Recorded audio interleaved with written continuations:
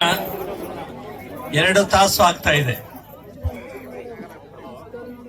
ಹಸಿವು ನಿಮ್ಮೆಲ್ಲರಿಗೂ, ನನಗೂ ಕೂಡ. ಹಸಿವಿನ ಜನರ ಮುಂದೆ ನಿಂತುಕೊಂಡು ಮತ್ತು ಹುಲಿಯ ಮುಂದೆ ನಿಂತ್ಕೊಳ್ಳೋದು ಬಹಳ ಕಷ್ಟ ಸಾಧ್ಯದ ಕೆಲಸ. ಬಹಳಷ್ಟು ಜನರು ಭಾಷಣಗಳನ್ನ ಮಾಡಿದ್ದಾರೆ. ಈ ಸಭೆಯಲ್ಲಿ ನನಗೆ ಬಹಳ ಸಂತಸ ತಂದಿರ್ತಕ್ಕಂಥ ವಿಷಯ ಅಂದ್ರೆ, ಪ್ರಪಂಚದ ಜನಸಂಖ್ಯೆಯಲ್ಲಿ 50% ಮಹಿಳೆಯರು ಪ್ರಪಂಚದಲ್ಲಿ ಭಾರತ ದೇಶದಲ್ಲಿದ್ದಾರೆ. ನಮ್ಮ ಹೆಣ್ಣು ಮಕ್ಕಳನ್ನ ಮಾತ್ರ ನಾವು ಇಲ್ಲಿಯವರೆಗೆ ಗೃಹ ಕೆಲಸಕ್ಕೆ ಮಾತ್ರ ಸೀಮಿತ ಮಾಡಿಕೊಂಡಿದ್ದೀವಿ. ಆದ್ರೆ ಇವತ್ತು ಅವರಲ್ಲಿ ಬದಲಾವಣೆಗಳನ್ನ ನಾವು ನೋಡ್ತಾ ಇದ್ದೀವಿ. ನ್ಯಾಯಾಲಯದಲ್ಲಿ ನ್ಯಾಯಾಧೀಶನಿ ಹೆಂಗಸು,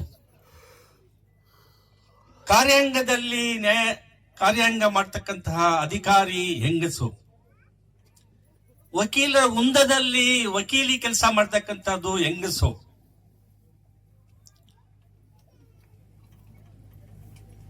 ರಾಜಕೀಯದಲ್ಲಿ ಕಳೆದ ವರ್ಷ ಸಂವಿಧಾನಕ್ಕೆ ತಿದ್ದುಪಡಿ ತಂದು 36% ನಿಮಗೆ ಹೆಣ್ಣು ಮಕ್ಕಳಿಗೆ ರಿಸರ್ವೇಶನ್ ಕೊಡ್ತೀವಿ ಅಂತ ಹೇಳಿ ಸಂವಿಧಾನಕ್ಕೆ ತಿದ್ದುಪಡಿ ಆಳುವ ಪಕ್ಷ ತಂದಿದ್ದಾರೆ.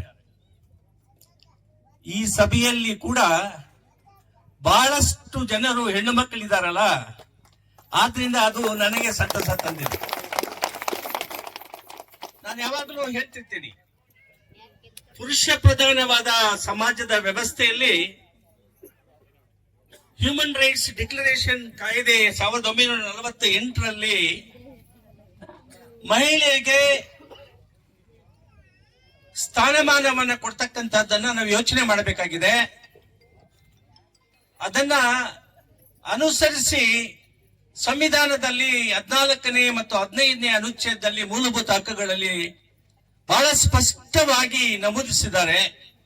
ಸಮಾನತೆ, ಸಮಾನ ಅವಕಾಶ ಎಲ್ಲ ವರ್ಗದ ಜನ, ಜಾತಿಯ ಜನ, ಲಿಂಗದ ಜನರಿಗೆ ಕೊಡಬೇಕು ಅಂತ. 78 ವರ್ಷ ಸ್ವತಂತ್ರ ಭಾರತ ದೇಶದ ಆಡಳಿತದಲ್ಲಿ ಬೇರೆ ಬೇರೆ ರಾಜಕೀಯ ಪಕ್ಷಗಳೆಲ್ಲವೂ ಕೂಡ ಆಡಳಿತವನ್ನ ಮಾಡಿ ಹೆಣ್ಣು ಮಕ್ಕಳಿಗೆ ಸಮಾನತೆಯನ್ನೇ ನೀಡಲಿಲ್ಲ. ಹೆಣ್ಣು ಮಕ್ಕಳಿಗೆ ಮಾತ್ರ ಅಲ್ಲ, ಪರಿಶಿಷ್ಟ ಜಾತಿ, ಪರಿಶಿಷ್ಟ ಪಂಗಡ, ಹಿಂದುಳಿದ ಜನರು ಕೂಡ ಸಮಾನತೆ, ಆರ್ಥಿಕ ಸಮಾನತೆ ಸಿಗಲಿಲ್ಲ. ಇದು ಈ ದೇಶದ ದುರಂತ. ಬಂಧುಗಳೇ, ಹೋರಾಟ ಬಹಳ ಮುಖ್ಯ. ಸ್ವತಂತ್ರ ತಂದಿರೋದಕ್ಕೆ ಹೋರಾಟ. ಇವಾಗ ಪ್ರಜಾಪ್ರಭುತ್ವ ಬಂದ ಮೇಲೆ 2ನೇ ಹಂತದ ಹೋರಾಟ ನಾವು ಮಾಡಬೇಕಾಗಿರ್ತಕ್ಕಂಥ ಪರಿಸ್ಥಿತಿ ಸಂವಿಧಾನದ ಆಡಳಿತದಲ್ಲಿ ಮೂಲಭೂತ ಹಕ್ಕುಗಳು, ನಿರ್ದೇಶ ತತ್ವಗಳು ಸಮಸ್ತ ಜನರಿಗೆ ಸಂವಿಧಾನದಲ್ಲಿ ಅಂದಿನ Ambedkar, architect of the constitution, ಸಂವಿಧಾನದ ಶಿಲ್ಪಿ ನಮಗೆ ಕೊಟ್ಟು ಹೋಗಿದ್ದಾರೆ. ಸಂವಿಧಾನದ ಅಡಿಯಲ್ಲಿ ರಾಜಕೀಯ ಪಕ್ಷಗಳನ್ನ ಗುರುತಿಸಿದ್ದಾರೆ. ರಾಜಕೀಯ ಪಕ್ಷಗಳ ಪ್ರತಿನಿಧಿಗಳು ಭಾರತ ಸರ್ಕಾರ, ರಾಜ್ಯ ಸರ್ಕಾರ ಮತ್ತು ಸ್ಥಳೀಯ ಸಂಸ್ಥೆಗಳಿಗೆ ಆಯ್ಕೆಯಾಗಿ ನಮ್ಮೆಲ್ಲರನ್ನು ಆಡಳಿತ ಮಾಡತಕ್ಕಂತಹ ಅಧಿಕಾರದ ಒಂದು ಚುಕ್ಕಾಣಿಯನ್ನು ಅವರಿಗೆ ನಾವು ನೀಡಿದ್ದೀವಿ. 78 ವರ್ಷಗಳ ಸ್ವತಂತ್ರ ಭಾರತ ದೇಶದಲ್ಲಿ ಭಾರತ ದೇಶ ಬಹಳ ಅಮೋಘವಾಗಿರ್ತಕ್ಕಂಥ ರಾಷ್ಟ್ರ. ಭೂಮಿ ಇದೆ, ನದಿಗಳಿವೆ, ಅರಣ್ಯ ಪ್ರದೇಶಗಳಿವೆ, ಒಳ್ಳೆಯ ಹೃದಯವಂತಿಕೆ ಇರ್ತಕ್ಕಂಥ ಜನರಿದ್ದಾರೆ. ಯಾವುದಕ್ಕೆ ಕೊರತೆ ಇದೆ? ಯಾವುದಕ್ಕೂ ಕೊರತೆ ಇಲ್ಲ. ಕೊರತೆ ಇರೋದು ಈ ಭ್ರಷ್ಟ ರಾಜಕಾರಣಿಗಳು ಪ್ರತಿನಿಧಿಗಳಾಗಿ ನಮ್ಮನ್ನು ಆಳ್ತಾ ಇರ್ತಕ್ಕಂಥದ್ದೇ ಬಹಳ ದುಷ್ಟ ಆಡಳಿತ. ಈ ಭ್ರಷ್ಟತೆ ನಮ್ಮ ನ್ಯಾಯಾಂಗಕ್ಕೂ ಕೂಡ ಹಬ್ಬುತ್ತಾ ಇದೆ. ಇವಾಗ ಸರಿ ಇಲ್ಲ ಪರಿಸ್ಥಿತಿ. ಒಬ್ಬ ಜವಾಬ್ದಾರಿಯುತವಾದ ನಿವೃತ್ತ ಸುಪ್ರೀಂ ಕೋರ್ಟಿನ ನ್ಯಾಯಮೂರ್ತಿಯಾಗಿ ಮಾತನ್ನ ಬಹಳ ದುಃಖದಿಂದ, ಬಹಳ ವೇದನೆಯಿಂದ ನಿಮ್ಮ ಮುಂದೆ ನಾನು ಹಂಚಿಕೊಳ್ತಕ್ಕಂಥ ಒಂದು ಪ್ರಸಂಗ ನನಗೆ ಒದಗಿ ಬಂದಿದೆ. 66% ಗ್ರಾಮೀಣ ಪ್ರದೇಶದಲ್ಲಿ ರೈತರು, ಕೃಷಿ ಕಾರ್ಮಿಕರು ಇರ್ತಕ್ಕಂತಹ ರಾಷ್ಟ್ರ ನಮ್ಮದು. ಪ್ರಪಂಚದಲ್ಲೇನೆ 3ನೇ ಪ್ರಪಂಚದ ರಾಷ್ಟ್ರವಾಗಿ ಅಭಿವೃದ್ಧಿ ಮತ್ತು ಪ್ರಗತಿಯನ್ನ ಮಾಡ್ತಾ ಇರ್ತಕ್ಕಂಥ ರಾಷ್ಟ್ರ ಭಾರತ ದೇಶ. 66% ರೈತರು, ಕೃಷಿ ಕಾರ್ಮಿಕರು, ನೀವು ಅನ್ನದಾತರು. ನಮಗೆ ಕೃಷಿ ಆಧಾರದ ಮೇಲೆ ಒಂದು ಆರ್ಥಿಕ ಸ್ವಾವಲಂಬನೆ ಇರತಕ್ಕಂಥ ರಾಷ್ಟ್ರ ಭಾರತ ದೇಶ. ಪ್ರಜಾಪ್ರಭುತ್ವ ಅಂತ ಹೇಳಿದ್ರೆ ಪ್ರಜೆಗಳಿಂದ, ಪ್ರಜೆಗಳಿಗಾಗಿ, ಪ್ರಜೆಗಳಿಗೋಸ್ಕರ ಇರ್ತಕ್ಕಂಥದ್ದು ಪ್ರಜಾಪ್ರಭುತ್ವ. ಸಂವಿಧಾನದ ಅಡಿಯಲ್ಲಿ ಪ್ರಜಾಪ್ರಭುತ್ವದ, ಸಂಸದೀಯ ಪ್ರಜಾಪ್ರಭುತ್ವದ ಆಡಳಿತವನ್ನ ಸಮಸ್ತ ಜನರಿಗೆ ನೀಡಬೇಕಾಗಿರೋದು. ಇಲ್ಲಿ ನಾವು ನೆರೆದಿರ್ತಕ್ಕಂಥದ್ದು ಇಂದಿನ ಸರ್ಕಾರ, ಅದು ಕಾಂಗ್ರೆಸ್ ಪಕ್ಷದಿಂದ ಆಗಿರ್ಬೋದು, ಬೇರೆ ಪಕ್ಷದಿಂದ ಆಗಿರ್ಬೋದು. ಒಂದು ವೃಷಭಾವತಿ ಕೊಳಚೆ ನೀರು ತಡೆಯುವ ಜಾಗೃತಿ ಸಮಿತಿ ಅಂದ್ರೆ ಪ್ರಜಾಪ್ರಭುತ್ವ ವ್ಯವಸ್ಥೆಯಲ್ಲಿ ಮೆಜಾರಿಟಿ ರೂಲ್ ಇರಬೇಕಾಗಿದೆ. ಗ್ರಾಮೀಣ ಪ್ರದೇಶದಲ್ಲಿ ಬದುಕ್ತಿರ್ತಕ್ಕಂಥ ನಾವೆಲ್ಲರೂ ಕೂಡ ರೈತರು, ಕೃಷಿ ಕಾರ್ಮಿಕರು ಮೆಜಾರಿಟಿ ಅಲ್ವಾ? 66% ಮೆಜಾರಿಟಿ ಅಲ್ವಾ? 66% ಮೆಜಾರಿಟಿ ಇರುವಾಗ ಸರ್ಕಾರದ ಜವಾಬ್ದಾರಿ ಕುಡಿಯುವ ನೀರನ್ನು ಕೊಡಬೇಕು ರೈತರಿಗೆ ಅಥವಾ ನಿವಾಸಿಗಳಿಗೆ. ಕುಡಿಯುವ ನೀರು ಕೊಡ್ತಕ್ಕಂಥದ್ದು ಮಾನವೀಯ ಹಕ್ಕು ಅಂತ ಹೇಳಿ ಸರ್ವೋಚ್ಚ ನ್ಯಾಯಾಲಯದ ತೀರ್ಪುಗಳು ನಾವು ನೀಡಿದ್ದೀವಿ. ನೀಡಿರ್ತಕ್ಕಂಥ ತೀರ್ಪುಗಳು ಸರ್ಕಾರದ ಮೇಲೆ ಬೈಂಡಿಂಗ್ ಇದೆ. ಕುಡಿಯುವ ನೀರು, ಶುದ್ಧ ಕುಡಿಯುವ ನೀರನ್ನು ಕುಡಿಯೋದ್ರ ಬದಲು ಕೊಳಚೆ ನೀರನ್ನು ಕೊಡ್ತಿದ್ರೆ ನಿಮಗೆ ನಾಚಿಕೆ ಆಗಲ್ವಾ ಅಂತ ಪ್ರಶ್ನೆ ಕೇಳಬೇಕಾಗಿದೆ. ಇದಕ್ಕೆ ಹೋರಾಟ. ರೈತರದ್ದು ಬೇಡಿಕೆ ಇದೆಯಾ? 20% ಇರ್ತಕ್ಕಂತಹ ಜನ, ನಮ್ಮನ್ನು ಆಳ್ತಕ್ಕಂಥ ಅಧಿಕಾರಿಗಳು 5 ವರ್ಷಕ್ಕೆ ಒಮ್ಮೆ ಪೇ ಕಮಿಷನ್ ನೇಮಕ ಮಾಡ್ತಾರೆ. ಪ್ರತಿ ಚುನಾವಣೆ ಬಂದ್ರೆ ಅದಕ್ಕೆ ಮೊದಲು DA ಜಾಸ್ತಿ ಮಾಡ್ತಾರೆ. ರಾಜ್ಯ ಸರ್ಕಾರಗಳು ಮಾಡ್ತವೆ, ಭಾರತ ಸರ್ಕಾರಗಳು ಮಾಡ್ತದೆ. ನನಗೂ ಕೂಡ ಆ DA ಪರಿಷ್ಕರಣ 5% ಚುನಾವಣೆಯ ನಾಳೆ 1 ತಿಂಗಳಿದ್ರೆ ನಮಗ್ ಕೊಡ್ತಾ ಇದ್ದಾರೆ. ರೈತರು ನೀವೇನಾದ್ರೂ ಬೇಡಿಕೆ ರಾಜ್ಯ ಸರ್ಕಾರದ ಮೇಲೆ ಆಗ್ಲಿ, ಭಾರತ ಸರ್ಕಾರದ ಮೇಲೆ ಆಗ್ಲಿ, ಏನಾದ್ರೂ ಬೇಡಿಕೆ ಪಟ್ಟಿ ಕೊಡ್ತೀರಾ ನೀವು? ಇಲ್ವಲ್ಲ. ನಿಮ್ಮ ಭೂಮಿಯನ್ನ ಕಸಿಯೋದಕ್ಕೆ ರಿಯಲ್ ಎಸ್ಟೇಟ್ ದಾಂಧಲೆ ನಡೀತಾ ಇದೆ ಈ ದೇಶದಲ್ಲಿ.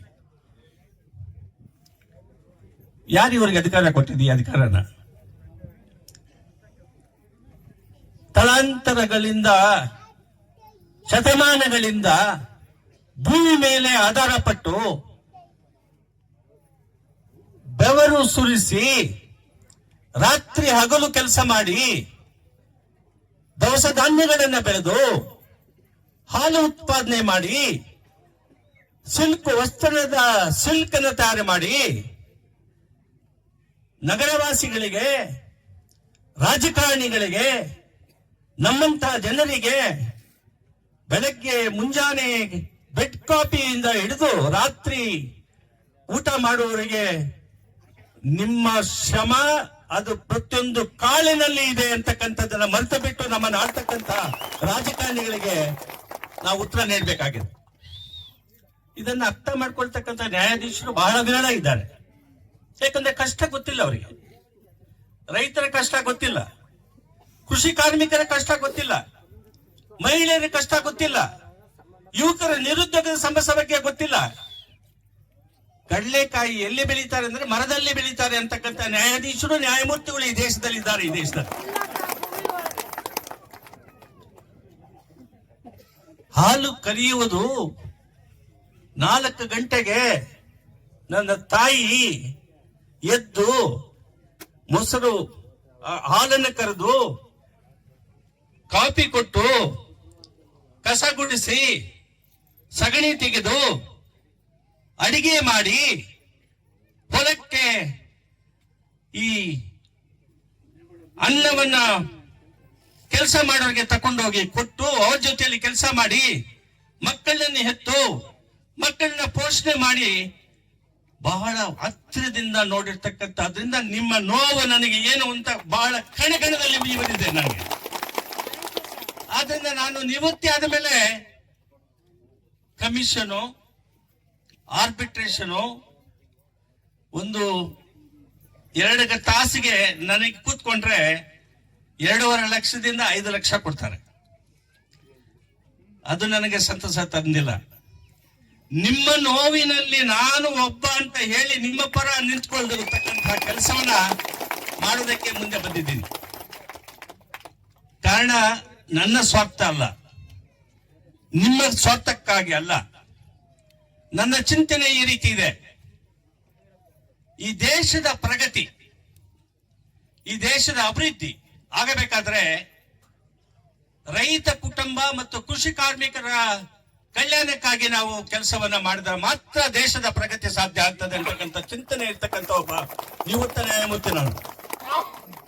ಆದ್ರಿಂದ ಈ ಹೋರಾಟಕ್ಕೆ ನನ್ನ ಕುಮ್ಮಕ್ಕಿದೆ. ಬಹಳಷ್ಟು ಜನರು ನ್ಯಾಯಾಧೀಶರು ನನ್ನ ಹಿಂದೆ ಮಾತಾಡ್ತಾರೆ. ನಿವೃತ್ತಿ ಆದ್ಮೇಲೆ ಹೋರಾಟಗಳಲ್ಲಿ ಭಾಗವಹಿಸಬಾರದು ಅಂತ ಅವರ ತಪ್ಪು ತಿಳುವಳಿಕೆ. ನನ್ನ ತಿಳುವಳಿಕೆ, ಶೋಷಣೆಗೆ ಒಳಪಟ್ಟಿರ್ತಕ್ಕಂತಹ ಪ್ರತಿಯೊಬ್ಬ ಮನುಷ್ಯನ ಕಷ್ಟವನ್ನ ಅರಿತು ಶೋಷಣೆ ತಪ್ಪಿಸ್ತಕ್ಕಂಥ ಕೆಲಸವನ್ನ ಮಾಡಬೇಕಾಗಿದೆ ನ್ಯಾಯಮೂರ್ತಿ ಅಂತ ಹೇಳಿ ನನ್ನ ಅರ್ಥೈಸಿಕೆ. ಆದ್ರಿಂದ ನಿಮ್ಮಲ್ಲಿ ನಾನಿದ್ದೀನಿ. ಬಂಧುಗಳೇ, 78 ವರ್ಷ ಪ್ರಜಾಪ್ರಭುತ್ವದ ವ್ಯವಸ್ಥೆಯಲ್ಲಿ ಸಂವಿಧಾನದ ಆಡಳಿತ ನಡೀತಾ ಇದೆಯಾ ಅಂತ ಪ್ರಶ್ನೆ ನಾವು ಹಾಕಿದಾಗ, ಅದು ಭಾರತ ಸರ್ಕಾರ ಆಗಿರ್ಲಿ, ರಾಜ್ಯ ಸರ್ಕಾರ ಆಗಿರ್ಲಿ, ನ್ಯಾಯಾಂಗದ ನ್ಯಾಯ ವಿಮರ್ಶೆ, ನ್ಯಾಯ ವಿತರಣೆ ಕೂಡ ಸಂವಿಧಾನದ ಅಡಿಯಲ್ಲಿ ಸರಿಯಾಗಿ ನಡೀತಾ ಇಲ್ಲ. ಮೊನ್ನೆ ಪತ್ರಿಕೆಯಲ್ಲಿ ಆಂಜನೇಯ ರೆಡ್ಡಿ ಅವರು ನಾನು ಕಳಿಸಿದ್ರು.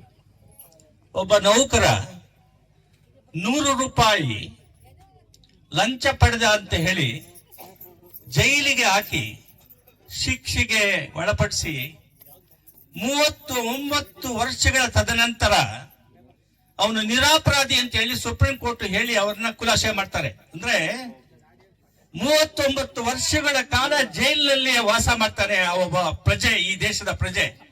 ನ್ಯಾಯ ವಿತರಣೆ ಸಮರ್ಥವಾಗಿ ನಡೀತಾ ಇದೆಯಾ ಅಂತ ನಾವು ಕೇಳಿದಾಗ ಅದು ನಡೀತಾ ಇಲ್ಲ, ಇದು ಮೋಸ, ಇದು ಅನ್ಯಾಯ ಅಂತ ನಮ್ಗೆ ಭಾಸ ಆಗ್ತದೆ. ಇಂತಹ ನ್ಯಾಯಾಂಗ ನಮ್ಗೆ ಬೇಕು. ಇಂತಹ ನ್ಯಾಯಾಂಗದ ವ್ಯವಸ್ಥೆಯಲ್ಲಿ ನ್ಯಾಯವನ್ನು ನಾವು ಪಡೆಯೋದಕ್ಕೆ ಸಾಧ್ಯ ಇದೆಯಾ? ಸಾಧ್ಯ ಇಲ್ಲ. ಆದ್ರಿಂದ ನಮ್ಮ ಪ್ರಸಾದ್ ಅವರು ಹೇಳಿದ ಮಾತು ಕೊನೆ, ನಮಗೆ ಕೊನೆಯ ಹಂತ ನ್ಯಾಯಾಲಯ. ನಾವು ಜನತಾ ನ್ಯಾಯಾಲಯದಲ್ಲಿ ನಾವಿದ್ದೀವಿ. ಇವಾಗ ಜನತಾ ನ್ಯಾಯಾಲಯದಲ್ಲಿ ನಾವು ನ್ಯಾಯವನ್ನ ಪಡೆಯಬೇಕಾಗಿದೆ. ಅವರು ಮಾರ್ಮಿಕವಾಗಿ ಹೇಳಿದ್ರು, ಶಾಸಕರಿಗೆ ಅರ್ಥ ಆಗಬೇಕಾಗಿದೆ. ಶಾಸಕರು ನಮ್ಮೆಲ್ಲರ ಜವಾನರು ಅಂತಕ್ಕಂಥದ್ದನ್ನ ಮರೆಯಬಾರದು. Is A public servant. ನೀವು ಸರಿಯಾದ ರೀತಿಯಲ್ಲಿ ಜನಪರ ಇರಲಿಲ್ಲ ಅಂತ ಹೇಳಿದ್ರೆ, ಜನವಿರೋಧಿ ನೀತಿ ನೀವು ಅಳವಡಿಸಿದ್ರೆ ನೀವು ex-MLA ಆಗ್ತೀರಿ ಅಂತಕ್ಕಂಥ ಮಾತನ್ನ ಈ ಸಮಾರಂಭದ ಮುಖಾಂತರ ಅವ್ರಿಗೆ ತಿಳಿಸ್ತಿದ್ದೇವೆ. ಇವರೊಬ್ಬರಿಗೆ ಅಲ್ಲ, ಕಾಂಗ್ರೆಸ್ ಸರ್ಕಾರಕ್ಕೂ ಕೂಡ ಈ ಮಾತನ್ನ ನಾನು ಬಹಳ ಜವಾಬ್ದಾರಿತವಾಗಿ ಹೇಳ್ತಾ ಇದ್ದೀನಿ. ಇಂದಿನ ಸರ್ಕಾರದ ಮೇಲೆ ನಿಮ್ಮ ಆರೋಪ 40%, ಇವತ್ತಿನ ಸರ್ಕಾರದ ಮೇಲೆ 70-80 ಹೋಗಿದೆ. ಇದು ನಿಮಗೆಲ್ಲರಿಗೂ ಗೊತ್ತಾಗಿದೆ. ಆದ್ರಿಂದ ಜನಪರ ಯಾವ ಸರ್ಕಾರ ಇರಲ್ವೋ, ಜನರ ಕಲ್ಯಾಣಕ್ಕಾಗಿ ಯಾವ ಸರ್ಕಾರ ದುಡಿಯುವುದಿಲ್ವೋ ಆ ಸರ್ಕಾರಗಳು ಉರುಳು ಹೋಗ್ತವೆ ಅಂತಕ್ಕಂಥ ಮಾತನ್ನ ಸಿದ್ದರಾಮಯ್ಯನವರಿಗೂ ಮತ್ತು ಅವರ ಕಂಪನಿಗೆ ಹೇಳಬೇಕಾಗ್ತಾ ಇದ್ದೇನೆ.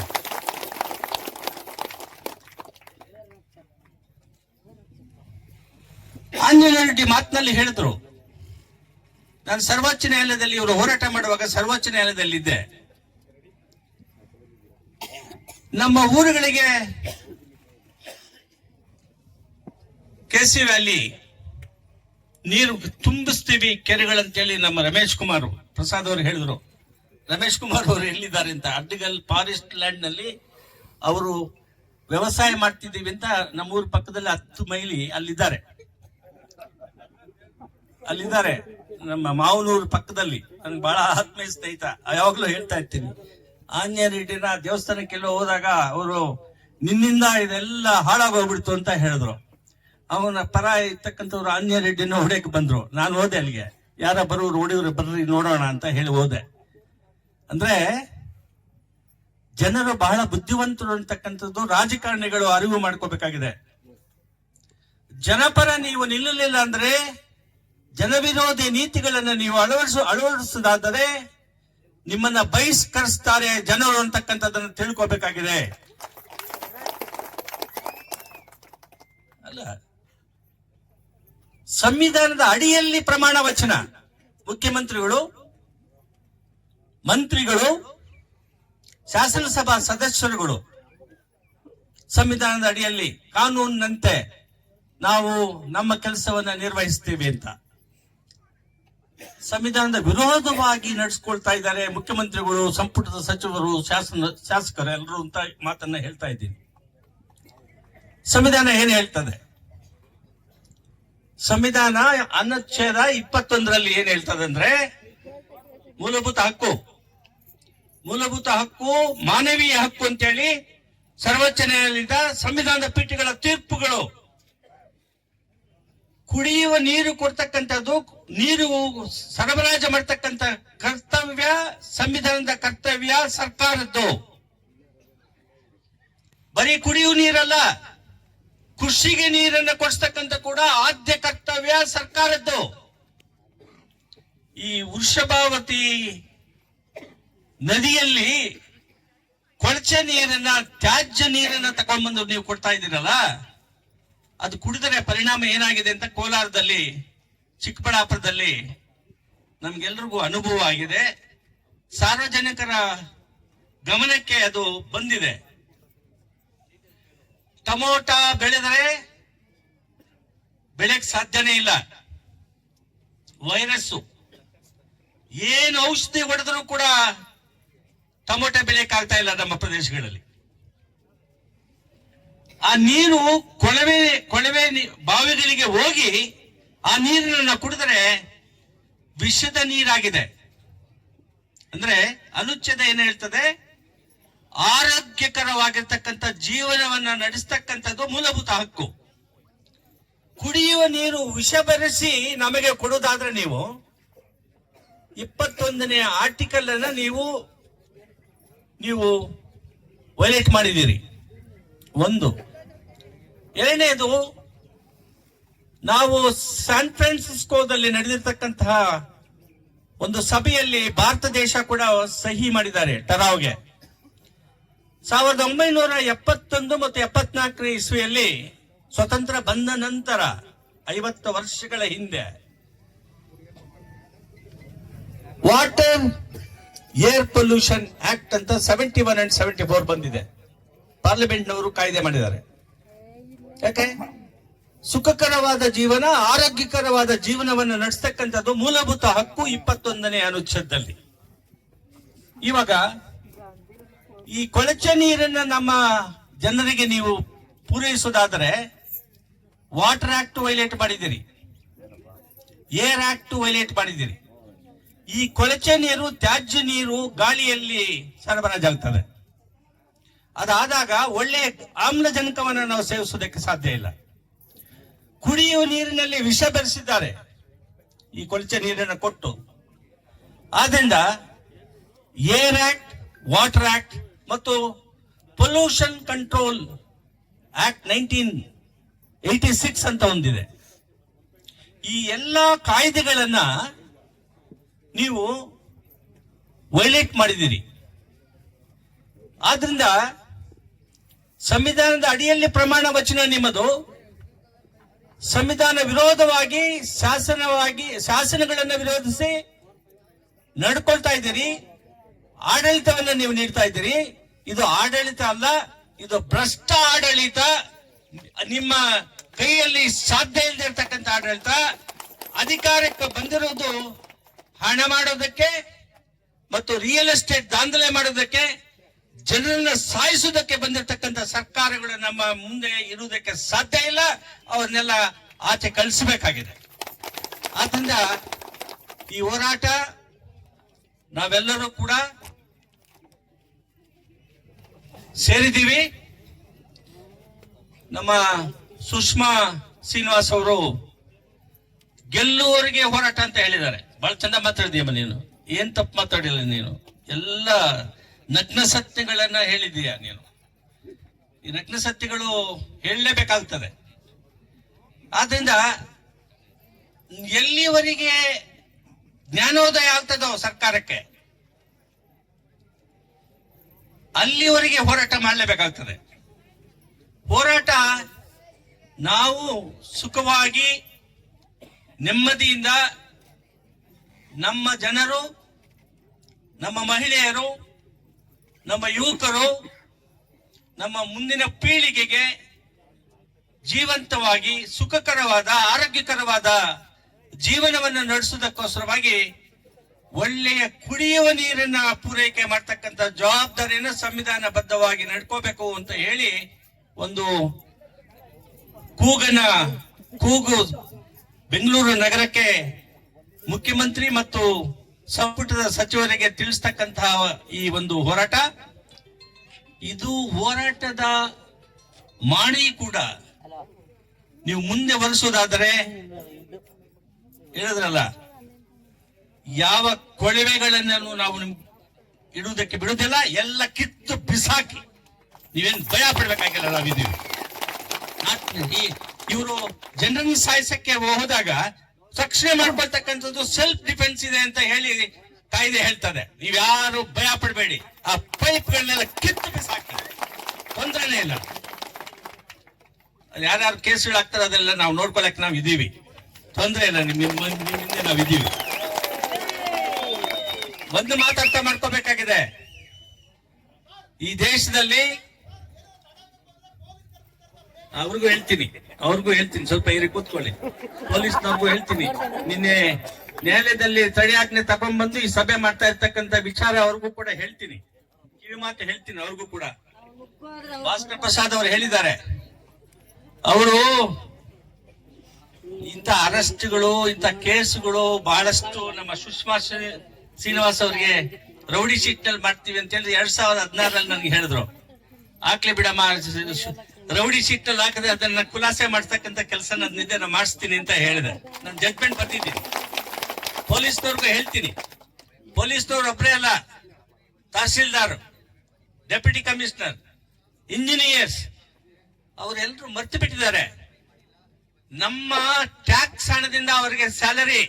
ನಿಮಗೆ ಭ್ರಷ್ಟರ ಹಣ ಅಲ್ಲ, ಲಂಚದ ಹಣ ಅಲ್ಲ. ಇಡ್ಲಿ ತಿಂದ್ರೆ ಟ್ಯಾಕ್ಸು, ಬಟ್ಟೆ ತಕೊಂಡ್ರೆ ಟ್ಯಾಕ್ಸು, ಇನ್ಕಮ್ ಟ್ಯಾಕ್ಸ್ ಅಲ್ಲ ನಾ ಹೇಳ್ತಾ ಇರೋದು, ಇಂಡೈರೆಕ್ಟ್ ಟ್ಯಾಕ್ಸು. ಇದೆಲ್ಲ ಟ್ಯಾಕ್ಸ್ ಹಣ ಇಲ್ಲ ಅಂತ ಹೇಳಿ ಇವಾಗ ಬೆಂಗಳೂರು ನಗರದಲ್ಲಿ ಎಲ್ಲರನ್ನು ಇಳ್ಕೊಂಡು ಟ್ಯಾಕ್ಸ್ ಹಾಕಿ ಆ ಹಣ ವಸೂಲಿ ಮಾಡಿ ನಿಮಗೆಲ್ಲ ಸ್ಯಾಲರಿ ಕೊಡ್ತಾ ಇದ್ದಾರೆ. ಸ್ಯಾಲರಿ ಕೊಡಕ್ಕೆ ದುಡ್ಡಿಲ್ಲ ಈ ಸರ್ಕಾರದಲ್ಲಿ. ನಾಚಿಕೆಗೇಡು. ಏನು ಹೇಳ್ತಾ ಇರ್ತಾರೆ ಚೀಫ್ ಮಿನಿಸ್ಟರ್ ಮತ್ತು ಡೆಪ್ಯೂಟಿ ಚೀಫ್ ಮಿನಿಸ್ಟರ್, ನಮ್ಮ ಆಶ್ವಾಸನೆಗಳನ್ನ ನಾವು ಪೂರೈಸಿದ್ದೀವಿ, ಗೃಹಲಕ್ಷ್ಮಿ ಕೊಡಿ. ಯಾವ ಗೃಹಲಕ್ಷ್ಮಿ ಕೊಡೋದು? ಯಾವ ಗೃಹಲಕ್ಷ್ಮಿ? ನಿರುದ್ಯೋಗ ಸಮಸ್ಯೆ ತಾಂಡ ಬರ್ತಾ ಇದೆ. 2,000 ರೂಪಾಯಿ ಹೆಣ್ಣು ಮಕ್ಕಳು ಕೊಟ್ಬಿಟ್ರೆ ಏನ್ ಭಿಕ್ಷೆ ಕೊಡ್ತಿದ್ಯಾ ನೀನು? ಭಿಕ್ಷೆ ಕೊಡ್ತೀಯಪ್ಪ ನೀನು? ಉದ್ಯೋಗ ಕೊಡಿ ಅಂತ ಹೇಳಿದ್ರೆ 2 ಲಕ್ಷ ರೂಪಾಯಿ 2,000 ರೂಪಾಯಿ ಕೊಡ್ತೀನಿ ಅಂತ ಹೇಳ್ತಿದ್ಯಲ್ಲಪ್ಪ. ಉದ್ಯೋಗ ಸಮಸ್ಯೆ ಪರಿಹಾರ ಮಾಡಿದ್ಯಾ? ಮಾಡ್ಲಿಲ್ಲ. ಬರ್ತೀನಿ ಅಲ್ಲಿಗೆ. ಪೊಲೀಸ್ನವರು ಅಧಿಕಾರಿಗಳಿಗೆ ಎಚ್ಚರಿಕೆ ಮಾತು, ಕಿವಿ ಮಾತಲ್ಲ, ಎಚ್ಚರಿಕೆ ಮಾತನ್ನು ನೀಡ್ತಿದ್ದೀನಿ. ಜನ ವಿರೋಧಿ ನೀವು ನಡ್ಕೊಂಡ್ರೆ ನಿಮ್ಮ ಮೇಲೆ ಕೇಸ್ ಹಾಕ್ಸ್ತಕ್ಕಂತ ಕೆಲಸನ ನಾವು ಮಾಡ್ತೀವಿ, ಹುಷಾರಾಗಿರಿ.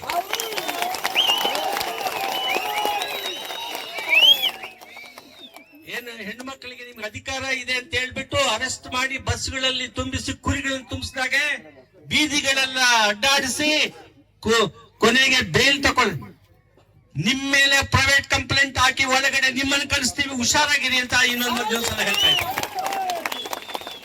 ಜನ ಇಲ್ಲಿ ಅಬಲೆಯರಲ್ಲ, ಇವರು ರೈತರು ಮತ್ತು ಹೆಣ್ಣುಮಕ್ಕಳು, ನಮ್ಮಂತ ಬದುಕಿದ್ದೀವಿ.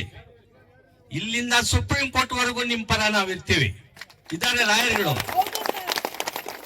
ಏನಾದ್ರೂ ಇನ್ನೊಂದ್ಸಲ ದುರ್ನಡತೆಯಿಂದ ನಮ್ಮ ಹೆಣ್ಣು ಮಕ್ಕಳನ್ನಾಗ್ಲಿ, ರೈತರನ್ನಾಗ್ಲಿ, ಕೃಷಿ ಕಾರ್ಮಿಕರನ್ನಾಗ್ಲಿ ಅರೆಸ್ಟ್ ಮಾಡಿದ್ರೆ ನೆಕ್ಸ್ಟ್ ಮ್ಯಾಜಿಸ್ಟ್ರೇಟ್ ಕೋರ್ಟ್ ನಲ್ಲಿ ಸಬ್ ಇನ್ಸ್ಪೆಕ್ಟರ್, ಸರ್ಕಲ್ ಇನ್ಸ್ಪೆಕ್ಟರ್ ಅವ್ರ ಎಲ್ಲರ ಮೇಲೂ ಕೂಡ ಕೇಸ್ ಹಾಕ್ತೀವಿ.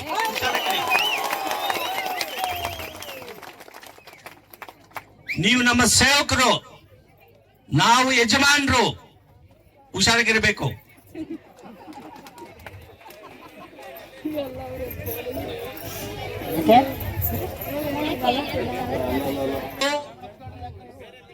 ಅಧಿಕಾರಿಗಳು ಅವರಿಗೆ 60 ವರ್ಷವರೆಗೂ ಸರ್ವೀಸು ಇರ್ತದೆ. ಒಬ್ಬ ಶಾಸಕನ ಅವಧಿ 5 ವರ್ಷ. 5 ವರ್ಷ ಅವರು ಬದಲಾವಣೆ ಆದ ಮೇಲೆ ಇನ್ನೊಬ್ಬ ಶಾಸಕ ಬರ್ತಾರೆ. ನೀವು 60 ವರ್ಷವರೆಗೂ ಕೂಡ ಸರ್ವಿಸ್ ಮಾಡಬೇಕಾಗಿದೆ. ನೀವು ಏನಾದರೂ ಶಾಸಕರ ಮಾತು ಅಥವಾ ಮಂತ್ರಿಗಳ ಮಾತನ್ನು ಕೇಳಿ ಜನವಿರೋಧಿ ನೀತಿಯನ್ನು ಅಳವಡಿಸಿದರೆ ನಿಮಗೆ ಗ್ರಾಚಾರ ಇದೆ, ನಿಮ್ಮ ಕೆಲಸವನ್ನು ಕಳ್ಕೊಳ್ತೀರಿ ಅಂತಕ್ಕಂಥ ವಿಚಾರವನ್ನು ಹೇಳ್ತಿದ್ದೀವಿ. ಲೋಕಾಯುಕ್ತ ಇದೆ, ನೀವು ನಿಮ್ಮ ಕೆಲಸವನ್ನ ಕಾನೂನಿನ ಪ್ರಕಾರ ನಿರ್ವಹಿಸಬೇಕಾಗಿದೆ. ಅಧಿಕಾರ ದುರುಪಯೋಗ ಮಾಡಿದ್ರೆ ನಿಮ್ಮ ಮೇಲೆ ಲೋಕಾಯುಕ್ತಗೆ ಕಂಪ್ಲೇಂಟ್ ಕೊಟ್ಟು ಲೋಕಾಯುಕ್ತ ನಿಮ್ಮ ಮೇಲೆ ಕ್ರಮ ಜರುಗಿಸಿ ಅಂತ ಹೇಳ್ತೀವಿ. ಹುಷಾರಾಗಿರ್ಬೇಕು ನೀವು. ನಮಗೆ ಬರಹ ಬರೆಯುವುದು ಬರ್ತದೆ. ನೀವು ಅಧಿಕಾರ ದುರುಪಯೋಗ ಮಾಡಿ ಜನರ ಮೇಲೆ ಕೇಸ್ ಹಾಕಿದ್ರೆ ಅರ್ಜಿ ಬರೆಯಕ್ಕೆ ಜನ ನಮ್ಮ ಹತ್ರ ಇದ್ದಾರೆ, ನಿಮ್ ಮೇಲೆ ಕೇಸ್ ಹಾಕ್ತೀವಿ. ಲೋಕಾಯುಕ್ತ ಅವರು ನಿಮ್ಮ ಮನೆ ಮೇಲೆ ಡಿಸ್ಪ್ರಪೋರ್ಷನೇಟ್ ಪ್ರಾಪರ್ಟಿ ನೀವು ಎಷ್ಟು ಮಾಡಿದ್ದೀರಿ ಅಂತ ತಕೊಂಡು ನಿಮ್ಮ ಮನೆ ರೈಡ್ ಮಾಡಿಸ್ತಕ್ಕಂಥ ಕೆಲಸ ಮಾಡ್ತೀವಿ. ಹುಷಾರಾಗಿರ್ಬೇಕು. ನೀವು ಸತ್ಯಚಂದ್ರರಲ್ಲ, ನಮ್ಗೆ ಗೊತ್ತಿದೆ ನಿಮ್ಮ ಬಂಡವಾಳಗಳು, ರಾಜಕೀಯ ಜನರ ಬಂಡವಾಳಗಳು. ಪ್ರತಿಯೊಂದಕ್ಕೂ ಹಣ ತಗೊಳ್ತೀರಿ. ಕಂಪ್ಲೇಂಟ್ ಕೊಟ್ರೆ ಹಣ, ಅಪರಾಧಿ ಹತ್ರ ಹಣ, ಇದೆಲ್ಲ ಗೊತ್ತಿರೋದು ನಮ್ಗೆ. ನಿಮಗೆ ನೀವು ಬಂದಾಗ ಹೇಗಿದ್ರಿ, ಆಮೇಲೆ ಎಷ್ಟು ಮನೆಗಳು ಮಾಡಿದ್ದೀರಿ, ಎಷ್ಟು ಬಂಗಾರ ನಿಮ್ಮ ಹೆಂಗಸರ ಮೇಲೆ, ವಜ್ರ ವೈಡೂರಿಗಳು ಎಲ್ಲಿಂದ ಬಂದಿದೆ? ಕಷ್ಟಪಟ್ಟು ನಿಮ್ಮ ಸಂಬಳದಲ್ಲಿ ಇವೆಲ್ಲ ಮಾಡಕ್ ಆಗ್ತದ? ಹುಷಾರಾಗಿರಿ. ನೀವೇನಾದ್ರೂ ದುರ್ನಡತೆಯಿಂದ ನಡ್ಕೊಂಡ್ರೆ, ಅಧಿಕಾರವನ್ನ ದುರುಪಯೋಗ ಪಡಿಸಿದ್ರೆ ನಿಮ್ಮ ಮನೆ ರೈಡ್ ಮಾಡಿ ಅಂತ ಹೇಳಿ ಅರ್ಜಿಗಳನ್ನ ಲೋಕಾಯುಕ್ತಗೆ ಕೊಡ್ತೀವಿ. ಅಧಿಕಾರನ ದುರುಪಯೋಗ ಮಾಡಬೇಡಿ. ನೀವು ನಮ್ಮ ಸಹೋದರ ಸಹೋದರಿಯರು. ನಿಮಗೋಸ್ಕರ ಹೋರಾಟ ಈ ಜನರು, ಮುಗ್ಧ ಜನರು ಮಾಡ್ತಾ ಇದ್ದಾರೆ. ನಿಮ್ಮ ಕೆಲಸನ ನೀವು ಮಾಡಿ. ನಮ್ಮ ಹಕ್ಕುಗಳನ್ನ ನಾವು ಪಡೆದು ಹೋರಾಟ ಮಾಡಿ ಜಯಗಳಿಸ್ತೀವಿ.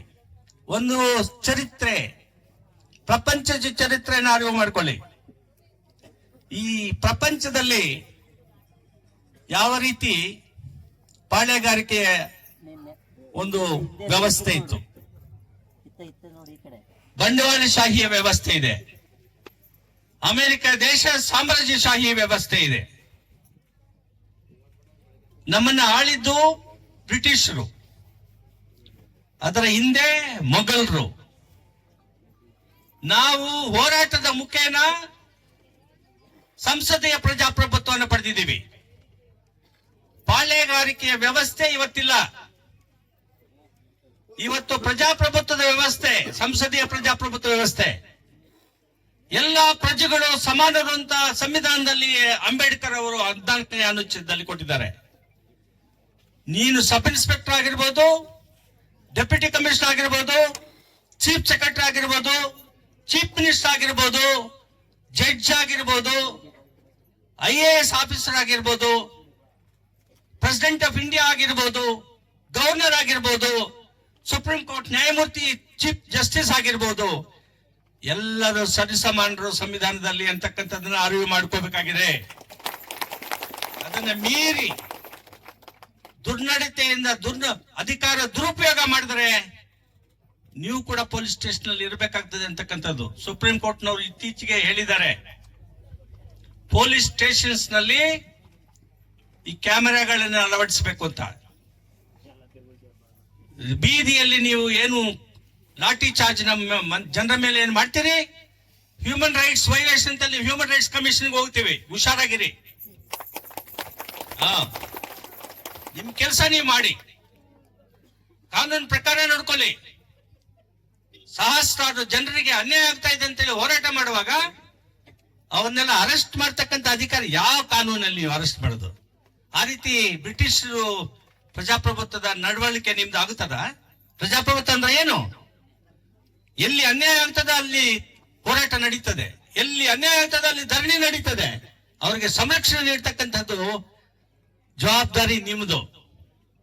ಪರ್ಮಿಷನ್ ಯಾಕೆ ಕೊಡ್ಲಿಲ್ಲ ನೀನು ಈ ಸಭೆ ಮಾಡೋಕೆ? ಉಚಿತ ಹೋಗ್ಬೇಕಾ? ಯಾರು ದುಡ್ಡು ಕೊಡೋದು? ಲಂಚದ ದುಡ್ಡು ನಿಮ್ಮ ಹತ್ರ ಇದೆ, ನಮ್ಮ ಹತ್ರ ಕಷ್ಟದ ದುಡ್ಡು ಇದೆ, ನಮ್ ಜನರ ಹತ್ರ. ಅರ್ಥ ಆಯ್ತಾ? ಏನ್ ಹೇಳಿದ್ರು ಜಡ್ಜು? ಏನ್ ಹೇಳಿದ್ರು ಜಡ್ಜ್ ನಿಮ್ಗೆ? ಜಡ್ಜ್ ಅಲ್ಲಿ ಹಿಯರ್ ಮಾಡುವಾಗ ತಿರುಗಿ ನಾವು ಇವಾಗ ಪರ್ಮಿಷನ್ ಕೊಡ್ತೀವಿ ಅಂತ ಹೇಳ್ತೀಯಲ್ಲ, ಮೊದ್ಲು ಕೊಟ್ರೆ ನೀಗೇನೆ ಸರಿಯಾಗಿ ಮರ್ಯಾದೆ ಇರಲಿಲ್ವಾ? ಯಾರಿದು? ಪರ್ಮಿಷನ್ ಕೇಳಿದಾಗ ಅರ್ಜಿನ ವಿಲೇವಾರಿ ಮಾಡ್ತಕ್ಕಂಥ ಜವಾಬ್ದಾರಿ ನಿಂದು. ಬಂದೋಬಸ್ತ್ ಏನ್ ಬಂದೋಬಸ್ತು? ನಮ್ ಜನರೇ ನಮ್ಗೆ ಬಂದೋಬಸ್ತು. ನಿನ್ ಬಂದೋಬಸ್ತ್ ನಮ್ಗೇನಕ್ಕೆ ಬೇಕಾಗಿದೆ? ನಿನ್ ಬಂದೋಬಸ್ತ್ ನಾವು ನಿನ್ ರಕ್ಷಣೆ ಮಾಡ್ಬೇಕು. ನಿಮ್ ಬಂದೋಬಸ್ತ್ ನಮ್ಗೇನಕ್ಕೆ ಬೇಕಾಗಿದೆ? ಇಲ್ವಾ? ಜನರು ಶಾಂತಿಯುತವಾಗಿ ಕೂತ್ಕೊಂಡಿಲ್ವಾ? 4 ಗಂಟೆಯಿಂದ ಕೂತ್ಕೊಂಡಿದ್ದಾರೆ. ಎಲ್ಲಿ ಏನಾಯ್ತು? ನೀನ್ ಬಂದೋಬಸ್ತ್ ಬೇಕಾಗಿಲ್ಲ. ಎಲ್ಲಿ ಅಹಿತಕರ ಘಟನೆಗಳಾಗ್ತಾ ಇವೆಯೋ ಅದನ್ನ ತಡೆ ಹಿಡೀರಿ. ಎಲ್ಲಿ ಈ ಸಾರಾಯಿ ಲಿಕ್ಕರ್ ಮಾಡ್ತಾ ಇದ್ದ ಅದನ್ನ ಸರಿ ಮಾಡ್ರಿ. ನಾಚಿಕೆ ಆಗಲ್ವಾ ನಿಮಗೆ? ಏನೋ ಹೋರಾಟ ಮಾಡ್ತೀವಿ, ವಿಷದ ನೀರನ್ನು ಕೊಡ್ತಾ ಇದ್ದಾರೆ. ಅನ್ನದಾತರು ನಾವು, ಈ ದೇಶದ ಜನರಿಗೆ ನಾವು ರಕ್ಷಣೆ ಮಾಡ್ತೀವಿ, ಅನ್ನ ಕೊಡ್ತೀವಿ. ಈ ವಿಷದ ನೀರನ್ನು ಕೊಟ್ಟು ನಮ್ಮನ್ನು ಸಾಯಿಸುವುದು ಬೇಡ ಅಂತ ಹೋರಾಟ ಮಾಡ್ತಿದ್ರೆ ಅದ್ರ ಮೇಲೆ ನಿಮ್ಮ ಗದ ಪ್ರಹಾರ ಮಾಡ್ತೀರಾ? ಅವರೆಲ್ಲರೂ ಕೈ ತಕೊಂಡ್ರೆ ನೀವೆಲ್ಲರೂ ಎಷ್ಟು ಜನ ಎಲ್ಲಿರ್ತೀರಿ? ಎಲ್ಲಿರ್ತೀರಿ ನೀವು? ಹುಷಾರಾಗಿರಿ. ಇವತ್ತಿನಿಂದ ನಿಮ್ಮ ಬದಲಾವಣೆ ಆಗ್ಬೇಕು. ಪ್ರಸಾದ್ ಅವರು ಹೇಳಿದ್ರು, ನಿಮ್ ಮಕ್ಕಳಿಗೋಸ್ಕರ ಕೂಡ ನಾವು ಹೋರಾಟ ಮಾಡ್ತಿದೀವಿ, ನಿಮಗೋಸ್ಕರ ಕೂಡ ನಾವು ಹೋರಾಟ ಮಾಡ್ತಿದೀವಿ. ಆದ್ರಿಂದ ಇನ್ನು ಮುಂದೆ ನಮ್ಮ ಹೋರಾಟಗಾರರ ಬಗ್ಗೆ ಏನಾದ್ರೂ ನೀವು ಸರಿಯಾದ ನೀತಿಯಲ್ಲಿ ನಡ್ಕೊಳ್ಳಿಲ್ಲ ಅಂದ್ರೆ ಸರಿ ಇರುವುದಿಲ್ಲ. ಕಿವಿ ಮಾತಲ್ಲ, ಎಚ್ಚರಿಕೆ ಮಾತನ್ನು ನಾನು ಹೇಳ್ತಾ ಇದ್ದೀನಿ.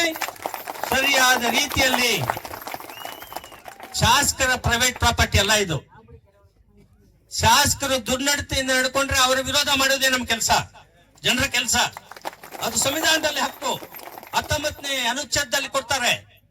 ಪ್ರತಿಭಟನೆ ಹಕ್ಕು ಮೂಲಭೂತ ಹಕ್ಕು. ನೀನು ತಡೆಯಕ್ಕಾಗಲ್ಲ, ಪ್ರೆಸಿಡೆಂಟ್ ಆಫ್ ಇಂಡಿಯಾನು ತಡೆಯಕ್ಕಾಗಲ್ಲ, ಸುಪ್ರೀಂ ಕೋರ್ಟ್ ಕೂಡ ತಡೆಯಕ್ಕಾಗಲ್ಲ. ಹುಷಾರಾಗಿರಿ. ಇಲ್ಲಿಂದ ನಾಗಮಂಗಲ ತಾಲೂಕಾಗಲಿ, ಕರ್ನಾಟಕ ರಾಜ್ಯದಲ್ಲಿ ಎಲ್ಲೇ ಆಗಲಿ, ರೈತರ ಬಗ್ಗೆ ತುಚ್ಛವಾಗಿ ಮಾತಾಡೋದಾಗ್ಲಿ, ಕೃಷಿ ಕಾರ್ಮಿಕರ ಬಗ್ಗೆ ಸಂವಿಧಾನದಲ್ಲಿ ಪದ ಹೊಂದಿದೆ, ಫ್ರೆಟರ್ನಿಟಿ ಅಂತ, ಭಾತೃತ್ವ. ಪ್ರತಿಯೊಬ್ಬ ಟವಲ್ ಹಾಕೊಂಡಿದ್ದಾನೆ ನಮ್ಮ ಅಣ್ಣ ತಮ್ಮ, ಅವನಿಗೆ ಗೌರವ ಎಷ್ಟಿದೆಯೋ ಪ್ರೆಸಿಡೆಂಟ್ ಆಫ್ ಇಂಡಿಯಾಗೂ ಗೌರವ ಅಷ್ಟೇ ಇದೆ, ಪೊಲೀಸ್ ಅಧಿಕಾರಿಗೂ ಅಷ್ಟೇ ಗೌರವ ಇದೆ. ಸರಿಯಾಗಿ ಅರ್ಥ ಮಾಡ್ಕೋ. ಸರಿಯಾಗಿ ಅರ್ಥ ಮಾಡ್ಕೊಳ್ತಿದ್ರೆ ಅರ್ಥ ಮಾಡಿಸ್ತಕ್ಕಂಥ ಸಮಾರಂಭಗಳನ್ನ ಮಾಡಿ ನಿನಗೆ ಬುದ್ಧಿ ಕಲಿಸ್ತೀವಿ. ಹುಷಾರಾಗಿರ್ಬೇಕು ಬಂಧುಗಳೇ. ಇನ್ನೇನು ಹೆಚ್ಚಿಗೆ ಮಾತಾಡೋದು ಬೇಡ. ಪ್ರಸಾದ್ ಅವರು ಹೇಳಿದಾಗೆ ಕೋರ್ಟ್ಗಳಿಗೆ ನಾವು ಹೋಗಲ್ಲ, ಜನತಾ ನ್ಯಾಯಾಲಯಕ್ಕೆ ಹೋಗ್ತೀವಿ. ಶಾಸಕರನ್ನು ಸೋಲಿಸ್ತೀವಿ, ಸರ್ಕಾರನ್ನು ಸೋಲಿಸ್ತೀವಿ. ಜನವಿರೋಧಿ ಮರ್ಯಾದೆಯಿಂದ ಜನರಿಗೆ ರಕ್ಷಣೆ ಕೊಡ್ತಕ್ಕಂಥ ಸರ್ಕಾರಗಳ ಮಾತ್ರ, ಜನಪ್ರತಿನಿಧಿಗಳ ಮಾತ್ರ ನಮಗೆ ಬೇಕಾಗಿದೆ. ರೈತರ ಬಗ್ಗೆ, ಹೆಣ್ಣು ಮಕ್ಕಳ ಬಗ್ಗೆ, ಯುವಕರ ಬಗ್ಗೆ ಯೋಚನೆ ಮಾಡಿ ಸರಿಯಾದ ನೀತಿಗಳನ್ನ ಮಾಡಿ ಸರ್ಕಾರ ಅವರಿಗೆ ಒಳ್ಳೆಯ ಸಮಾಜದ ಕಲ್ಯಾಣಕ್ಕಾಗಿ ನೀತಿಗಳನ್ನ ಅನುಷ್ಠಾನಕ್ಕೆ ತರತಕ್ಕಂಥದ್ದು. 66% ರೈತರು ಕೃಷಿ ಆಧಾರದ ಮೇಲಿದ್ರೆ, ಕೃಷಿಗೆ ನೀರು ಕೊಡ್ಲಿಲ್ಲ ಅಂದ್ರೆ ಏನು ಮ್ಯಾಜಿಕ್ ನಿಂದ ಬೆಳೆ ಬೆಳೀತದ? ನೀರು ಬಂದ್ರೆ ತಾನೆ, ಮಳೆ ಬಂದ್ರೆ ತಾನೆ. ಮಳೆ ಬರಬೇಕು ಅಂತ ಹೇಳಿದ್ರೆ ಒಳ್ಳೆ ವಾತಾವರಣ ಇದ್ರೆ ತಾನೆ, ಪರಿಸರ ಒಳ್ಳೇದಿರ್ಬೇಕು ತಾನೆ. ಮರಗಳನ್ನ, ಅರಣ್ಯ ಪ್ರದೇಶಗಳನ್ನ, ಗಣಿಗಳನ್ನ ಈ ಚೋರ್ಗೆ ಕೊಟ್ಬಿಟ್ಟು ಕೋಟ್ಯಾಂತರ ರೂಪಾಯಿ ಹಣ ಮಾಡ್ಕೊಳ್ಳಕ್ಕೆ ಅಲ್ಲಿ ಮಾಡ್ಬಿಟ್ಟು ಕೋಟ್ಯಾಂತರ ರೂಪಾಯಿ ಜನರ ಮೇಲೆ ಇಲ್ಲಿ ಚುನಾವಣೆ ಬರೆದಾಗ ಅಲ್ಲಿ ಖರ್ಚು ಮಾಡಿ ಪ್ರತಿನಿಧಿಗಳಾದ್ರೆ ಅದು ಸರಿಯಾದ ಪ್ರತಿನಿಧಿತ್ವ ಅಲ್ಲ. ಸರಿಯಾಗಿ ಹಣ ಕೊಡ್ದೇನೆ ನೀನು ಜನಪರ ನಿಲ್ತೀನಿ, ಕೃಷಿಕರಿಗೆ ಪರ ನಿಲ್ತೀನಿ ಅಂದ್ರೆ ಮಾತ್ರ ಅವರು ನಿಜವಾದ ಪ್ರತಿನಿಧಿ. ಆದ್ರಿಂದ ನೀವು ಇವತ್ತು ನಮ್ಮ ಪರಿಸರ ಅಂತಕ್ಕಂಥದ್ದು, ಒಳ್ಳೆಯ ನೀರನ್ನು ಕೊಡತಕ್ಕಂಥದ್ದು ಸಂವಿಧಾನದ ಅಡಿಯಲ್ಲಿ ಆದ್ಯ ಕರ್ತವ್ಯ ಸರ್ಕಾರದ್ದು. ಅದನ್ನ ಕೊಡಕ್ಕೆ ಆಗದೆ ಇರೋದ್ರಿಂದ ನೀವು ಆಡಳಿತವನ್ನು ಸರಿಯಾಗಿ ಸಮರ್ಪಕವಾಗಿ ಮಾಡ್ತಾ ಇಲ್ಲ. ನಿಮ್ಮನ್ನ ಸರ್ಕಾರದಿಂದ ಕೆಳಗಡೆ ಇಳಿಸಬೇಕು ಅಂತ ಕೂಡ ಹೋರಾಟ ಮಾಡ್ತಕ್ಕಂಥ ಕಾಲ ಬರ್ತದೆ ಅಂತಕ್ಕಂಥ ವಿಚಾರ ಈ ಸಂದರ್ಭದಲ್ಲಿ ಹೇಳ್ತಿದ್ದೀವಿ. ಬಂಧುಗಳೇ, ನಿನ್ನೆ ನೋಡಿ ಸರ್ವೋಚ್ಚ ನ್ಯಾಯಾಲಯದ ಚೀಫ್ ಜಸ್ಟಿಸ್ ಅವರು ಮೊನ್ನೆ ತಾನೇ ಅವರು ಪ್ರಮಾಣ ವಚನ ತಗೊಂಡ್ರು. ನಾನು ಪ್ರಮಾಣ ವಚನ ಇದಕ್ಕೆ ಹೋಗಿದ್ದೆ. ನಿನ್ನೆ ನಾನು ಮೊನ್ನೆ ಹೋದಾಗ ಸಾಟರ್ಡೆ ಸಾಯಂಕಾಲ ಏರ್ಪೋರ್ಟ್ ನಲ್ಲಿ ಇಳಿದಾಗ 400 IQ ಪೊಲ್ಯೂಷನ್. ಇಳಿದ ತಕ್ಷಣ ಮಾಸ್ಕ್ ಹಾಕೋಬೇಕಾಗಿದೆ. ಅಲ್ಲಿ ಒಳ್ಳೆ ಗಾಳಿ ಇಲ್ಲ, ಜನರು ಶ್ವಾಸಕೋಶಗಳೆಲ್ಲ ಹಾಳಾಗೋಗ್ಬಿಟ್ಟಿರ್ತಾ ಇವೆ. ನಿನ್ನೆ ಸಾರ್ವಜನಿಕರ ಹಿತಾಸಕ್ತಿ ಅವ್ರ ಕೋರ್ಟ್ ಮುಂದೆ ಬಂದಿತ್ತು. ಲಾಯರ್ ಆರ್ಗ್ಯುಮೆಂಟ್ ಮಾಡಿದ್ರು. ಅವ್ರು ಹೇಳಿದ್ರು ಕೋರ್ಟ್ ನಿಂದ ನಾವು ನಿಯಂತ್ರಣ ಮಾಡಕ್ಕಾಗಲ್ಲ ಪೊಲ್ಯೂಷನ್, ನಮ್ಮ ಹತ್ರ ಮ್ಯಾಜಿಕ್ ವ್ಯಾಂಡ್ ಇಲ್ಲ ಅಂತ ಹೇಳಿದ್ರು. ಅದಕ್ಕೆ ಪತ್ರ ಬರೀತಾ ಇದ್ದೀನಿ ಚೀಫ್ ಜಸ್ಟಿಸ್ಗೆ, ಇವತ್ತು ರೆಡಿ ಇದೆ, ಕಳಿಸ್ತಾ ಇದ್ದೀನಿ. ನಾನು ಇದ್ದೀನಿ, ನಿಮ್ ಈ ಪೊಲ್ಯೂಷನ್ ಎಲ್ಲ ಬಗೆಹರಿಸೋದಕ್ಕೆ ನನ್ನ ಸಲಹೆಗಳಿವೆ ಅಂತ ಹೇಳಿ ಪತ್ರ ಬರ್ಸಿದ್ದೀನಿ, ರೆಡಿ ಮಾಡಿದೆ, ಕಳಿಸ್ತಾ ಇದ್ದೀನಿ ಅವ್ರಿಗೆ. ಅಂದ್ರೆ ಒಂದು ಸುಪ್ರೀಂ ಕೋರ್ಟ್, ಹೈಯೆಸ್ಟ್ ಕೋರ್ಟ್, ಬಹಳ ಎತ್ತರವಾಗಿರ್ತಕ್ಕಂಥ ನ್ಯಾಯಾಲಯ ಕೂಡ ಮುಖ್ಯ ನ್ಯಾಯಮೂರ್ತಿಗಳು ಹೇಳ್ತಿದ್ದಾರೆ ಪೊಲ್ಯೂಷನ್ ನಮ್ ಕೈಲಿಲ್ಲ. ಹರಿಯಾಣ, ಪಂಜಾಬ್, ಉತ್ತರ ಪ್ರದೇಶ ಇದೆಲ್ಲ ಈ ಸ್ಮೋಕ್ ಬಂದು ಡೆಲ್ಲಿ ನಗರದಲ್ಲಿ ಓಡಾಡಕ್ ಆಗ್ತಾ ಇಲ್ಲ. ನ್ಯಾಯಾಲಯದ ತೀರ್ಪಿನಿಂದ ನಾವು ಇದನ್ನೆಲ್ಲ ಸರಿಪಡಿಸಕ್ ಸಾಧ್ಯ ಇಲ್ಲ ಅಂತ ಹೇಳಿ. ಆದ್ರಿಂದ ಒಳ್ಳೆ ಗಾಳಿ ಕೊಡಕ್ಕೆ, ನೀರು ಕೊಡಕ್ಕೆ ಆಗದೆ ಇರ್ತಕ್ಕಂಥ ಸರ್ಕಾರಗಳು ನಮ್ಮನ್ನ ಆಳ್ತಾ ಇವೆ. ಯಾಕೆ ಅಂತ ಹೇಳಿದ್ರೆ ಸರಿಯಾದ ಜನರು ರಾಜಕಾರಣಕ್ಕೆ ಬರ್ತಾ ಇಲ್ಲ. ನಮ್ ನ್ಯಾಯಾಧೀಶ ಹೇಳ್ದಲ್ಲ, ಕಳ್ಳೆಕಾಯಿ ಇದು ಮರದಲ್ಲಿ ಬೆಳೀತದಂತ. ಜನರ ಕಷ್ಟ ನಷ್ಟಗಳನ್ನ ಅರ್ಥ ಮಾಡ್ಕೊಳ್ತಕ್ಕಂಥದ್ದು, ಹೆಣ್ಣು ಮಕ್ಕಳ ಕಷ್ಟ ನಷ್ಟಗಳನ್ನ ಅರ್ಥ ಮಾಡ್ಕೊಳ್ತಕ್ಕಂಥ ಜನರು ರಾಜಕಾರಣಿಗಳಾಗಬೇಕು, ಜನರ ಪ್ರತಿನಿಧಿಗಳಾಗಬೇಕು, ಮುಖ್ಯಮಂತ್ರಿ ಆಗಬೇಕು. ಆವಾಗ ತಾನೇ ಸಮಾಜದ ಕಲ್ಯಾಣ ನಡೆಯುವುದು. ಒಳ್ಳೆಯ ಜನರ ಸಂಕಷ್ಟಗಳನ್ನ ಅರ್ಥ ಮಾಡ್ಕೊಳ್ತಕ್ಕಂಥವ್ರು, ಹೆಣ್ಣಿನ ಕಷ್ಟ, ಅವರ ತ್ಯಾಗ ಅರ್ಥ ಮಾಡ್ಕೊಳ್ತಕ್ಕಂಥವನೇ ಒಂದು ಒಳ್ಳೆಯ ನ್ಯಾಯವನ್ನ ಅವರಿಗೆ ಕೊಡೋದಕ್ಕೆ ಸಾಧ್ಯ ಆಗ್ತದೆ. ಹೆಚ್ಚಿಗೆ ನಾನು ಇನ್ನು ಮಾತಾಡೋದು ಬೇಕಾಗಿಲ್ಲ ಅಂತ ನಾನು ಭಾವಿಸಿದ್ದೀನಿ. ವಿನೋದ್ ಕುಮಾರ್ ಅವರು ಬಹಳ ಚೆನ್ನಾಗಿ, ಅಂದ್ರೆ ಶಕ್ತಿ, ರೈತರ ಶಕ್ತಿ, ರೈತನಾಗಿ ಹಾರ್ಟ್ ಅಟ್ಯಾಕ್ ಆದ್ರೂ ಕೂಡ 50 ಅಂದ್ರೆ ರೈತನಿಗೆ ಎಷ್ಟು ಶಕ್ತಿ ಇದೆ ಅಂತ ಹೇಳಿ ವಿನೋದ್ ಕುಮಾರ್ ಅವರು ನಮಗೆ ತೋರಿಸಿದ್ದಾರೆ. ಬರ್ತೀನಿ.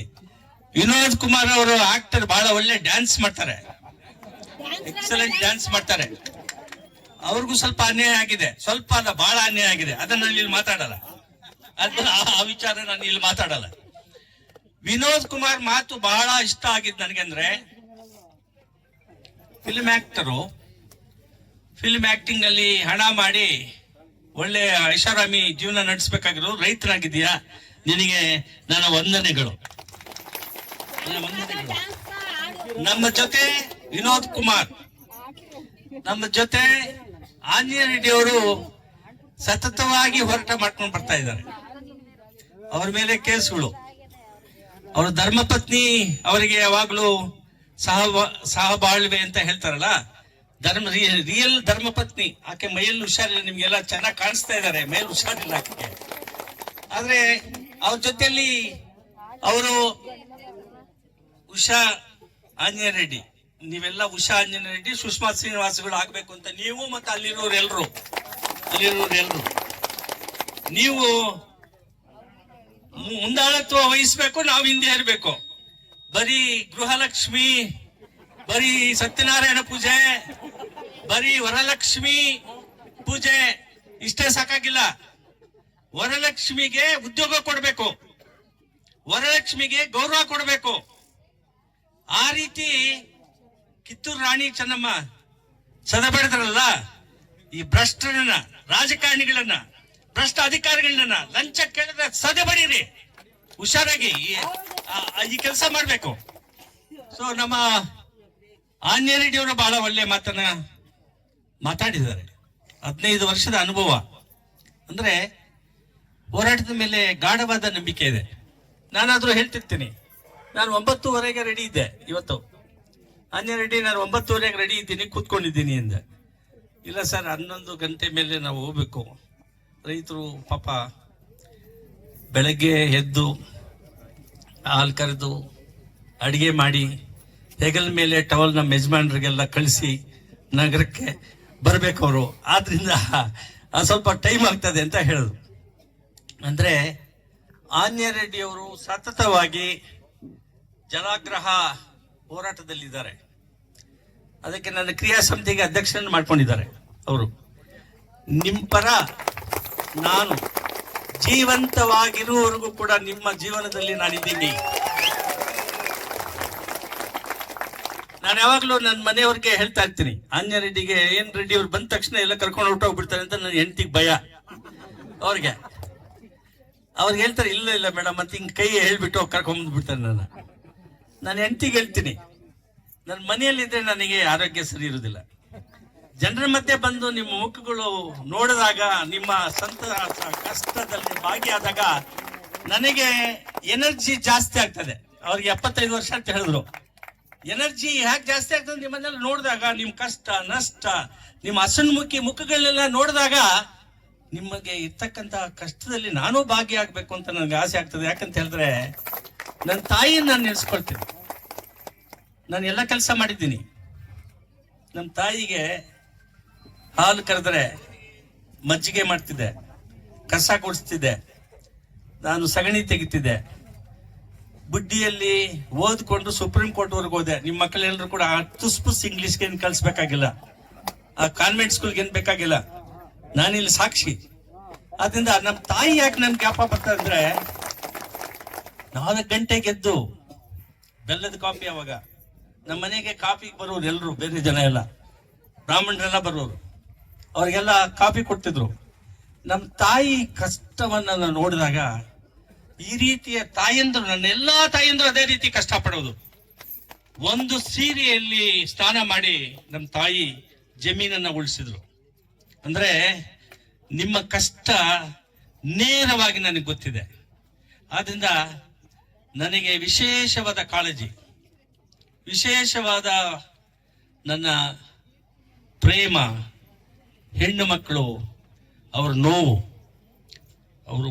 ನೋವು ಅಷ್ಟಿಷ್ಟಲ್ಲ. ನನ್ನ ಮುಂದೆ ಬಹಳಷ್ಟು ಜನರು ಬಂದು ಅವರ ಕಷ್ಟ ನಷ್ಟಗಳನ್ನೆಲ್ಲ ಹೇಳ್ಕೊಳ್ತಾರೆ. ಅವರೆಲ್ಲರಿಗೂ ಕೂಡ ನಾನು ಒಳ್ಳೆ ಮಾತು ಹೇಳಿ ಅವರಿಗೆಲ್ಲ ಸರಿಪಡಿಸ್ತಕ್ಕಂಥ ಕೆಲಸವನ್ನು ನಾನು ಮಾಡ್ತೀನಿ. ಆದ್ರಿಂದ ಆಂಜನೇಯ ರೆಡ್ಡಿಯವರು ರೈತರ ಕಷ್ಟವನ್ನ ಅರ್ಥಕೊಂಡು ರೈತರಿಗೆ ನಾವು ಭುಜಕ್ಕೆ ಭುಜ ಕೊಟ್ಟು ಸರ್ಕಾರ, ಬೇಜವಾಬ್ದಾರಿ ಸರ್ಕಾರಗಳು ಬೆಳೆ ಬೆಳೆಯೋದಕ್ಕೆ ನೀರು ಕೊಳ್ಳಿಲ್ಲ, ಅಣೆಕಟ್ಟುಗಳು ಕಟ್ಟಲಿಲ್ಲ. ಅಣೆಕಟ್ಟುಗಳು ಕಟ್ಟಿದ್ದು ಅಲ್ಲಿ ನೆಹರು ಇದ್ದಾಗ, ದೇವೇಗೌಡರು ಇದ್ದಾಗ ಇಲ್ಲೊಂದು ಅಣೆಕಟ್ಟು ಕಟ್ಟಿದ್ರು. ನಮ್ಮ ಮಹಾರಾಜರು KRS ಕಟ್ಟಿದ್ರು. ಇವಾಗ ಕಾವೇರಿಯಲ್ಲಿ ಜೂನ್ನಿಂದ ಸೆಪ್ಟೆಂಬರ್ ವರೆಗೂ ನೀರು ಬಂತಲ್ಲ, 10 ಅಣೆಕಟ್ಟುಗಳನ್ನು ಕಟ್ಟಬಹುದಾಗಿತ್ತು. ಈ ಮುಟ್ಟಾಳರಿಗೆ ಯೋಗ್ಯತೆ ಇಲ್ಲ. ಇವರು ಯಾಕೆ ಕಟ್ಟಲಿಲ್ಲ ಅಣೆಕಟ್ಟುಗಳು? ಯಾಕೆ ಯೋಜನೆ ಹಾಕ್ಲಿಲ್ಲ? ಯಾಕೆ ಚಿಂತನೆ ಬರಲಿಲ್ಲ ನಿಮಗೆ? ಎಷ್ಟು ಸರ್ಕಾರಗಳು 78 ವರ್ಷ ರಾಜ್ಯ ಸರ್ಕಾರ ಇದು ರಾಜ್ಯಭಾರ ಮಾಡಿರುವಾಗ ಈ 4 ತಿಂಗಳು ನೀರು ಹೋಗ್ತದೆ ಇಲ್ಲಿ ಮಹಾಸಾಗರಕ್ಕೆ. ಅದನ್ನ ಕಟ್ಟಿದ್ರೆ, ಚೆಕ್ ಡ್ಯಾಮ್ಗಳು ಕಟ್ಟಿದ್ರೆ ಕುಡಿಯುವ ನೀರು ಸಿಗ್ತಿರ್ಲಿಲ್ವಾ? ರೈತರಿಗೆ ಒಳ್ಳೆ ನೀರು ಕೊಡ್ತಿರ್ಲಿಲ್ವಾ? ಆವಾಗ ಈ ವೈರಸ್ ಎಲ್ಲಿ ಇರ್ತಿರ್ಲಿಲ್ವಾ? ಒಳ್ಳೆಯ ಗಾಳಿ ಬರ್ತಿರ್ಲಿಲ್ವಾ? ಒಳ್ಳೆಯ ಶುದ್ಧ ನೀರು ಸಿಗ್ತಿರ್ಲಿಲ್ವಾ? ಆ ಕೆಲಸ ಮಾಡ್ಲಿಲ್ವಲ್ಲ ಇವರು. ಆದ್ರಿಂದ ಇವತ್ತು ನಾವು ಮುಂದೆ ನಮ್ಮ ಪ್ರತಿನಿಧಿಗಳು ಈ ರೀತಿ ಯೋಚನೆ ಮಾಡ್ತಕ್ಕಂಥದ್ದು. ಎತ್ತಿನ ಹೊಳೆ 12,000 ರೂಪಾಯಿ 2013ರಲ್ಲಿ ವೀರಪ್ಪ ಇಲ್ಲಿ ಮಂತ್ರಿ ಆಗಿದ್ದಾಗ ಅವರು ಸೋತೋಗ್ಬಿಟ್ರು. ಎತ್ತಿನ ಹೊಳೆ ಇವಾಗ 25,000 ರೂಪಾಯಿ, ಇನ್ನೂ 13,000. ಎಲ್ಲಿ ಬಂದಿದೆ ಎತ್ತಿನ ಹೊಳೆ ಅಂದ್ರೆ? ಎಲ್ಲಿ ಬರಲಿಲ್ಲ, ಅಲ್ಲೇ ಇದೆ. ಸಕಲೇಶ್ಪುರ ಅವರು ಭೂ ಸ್ವಾಧೀನ ಮಾಡ್ಕೊಳಕ್ ಆಗ್ತಾ ಇಲ್ಲ, ನೀರ್ ಬಿಡಕ್ಕೆ ಅವ್ರು ತಯಾರಿಲ್ಲ. ಈ ರೀತಿ ಮೋಸದ ಮಾತುಗಳನ್ನು ಆಡಿ ಎಷ್ಟು ದಿವಸ ನೀವು ಅಧಿಕಾರದಲ್ಲಿ ಇರಕ್ಕೆ ಸಾಧ್ಯ ಆಗ್ತದೆ? ಆದ್ರಿಂದ ನಾವು ಚಿಂತನೆ ಮಾಡೋದು ಬರೀ ಈ ವೃಷಭಾವತಿ ವಿಷ ಮತ್ತು ಕಲುಷಿತ ನೀರು ಇಲ್ಲಿ ಬರ್ತಾ ಇದೆ.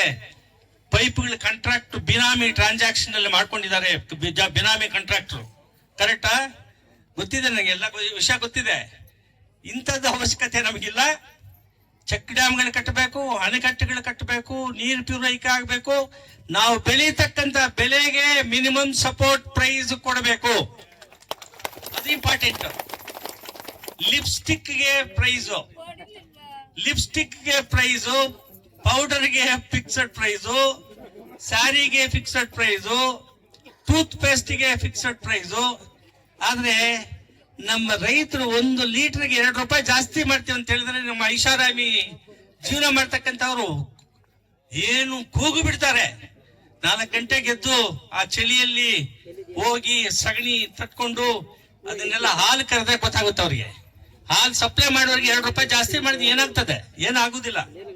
ಇದೆಲ್ಲ ಇದು ನಮಗೆ ಮುಂದೆ ನಮ್ಮ ಪೀಳಿಗೆ, ನಿಮ್ಮ ಮಕ್ಕಳು ಒಳ್ಳೆಯ ವಿದ್ಯಾಭ್ಯಾಸ ಬರಬೇಕು. ನಮಗೆ ನಾವೇನ್ ಕೇಳ್ತಿದ್ದೀವಿ?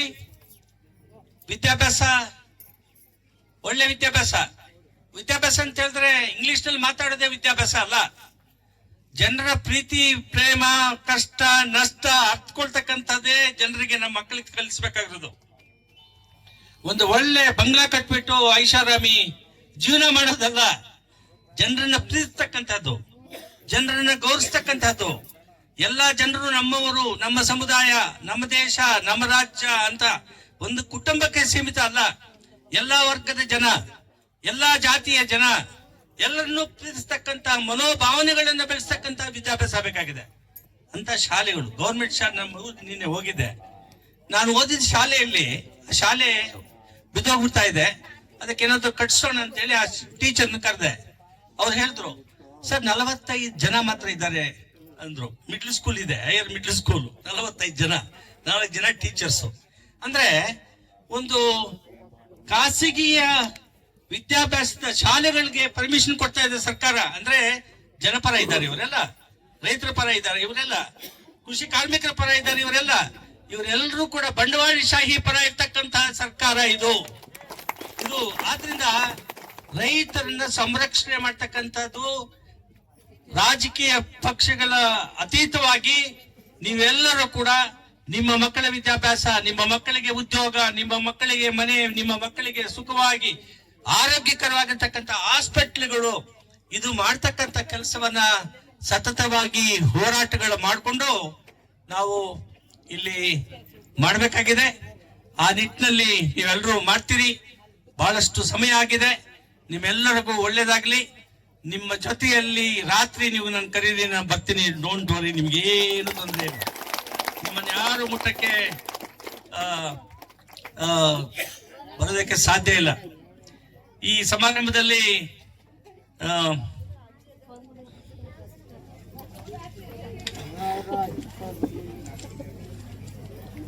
ನಮ್ಮ ಬರ್ಕೊಟ್ಟಿದ್ದಾರೆ ನಮ್ಮ ಆಂಜನೇಯ ರೆಡ್ಡಿ ಅವರು ಇರ್ತಾರೆ.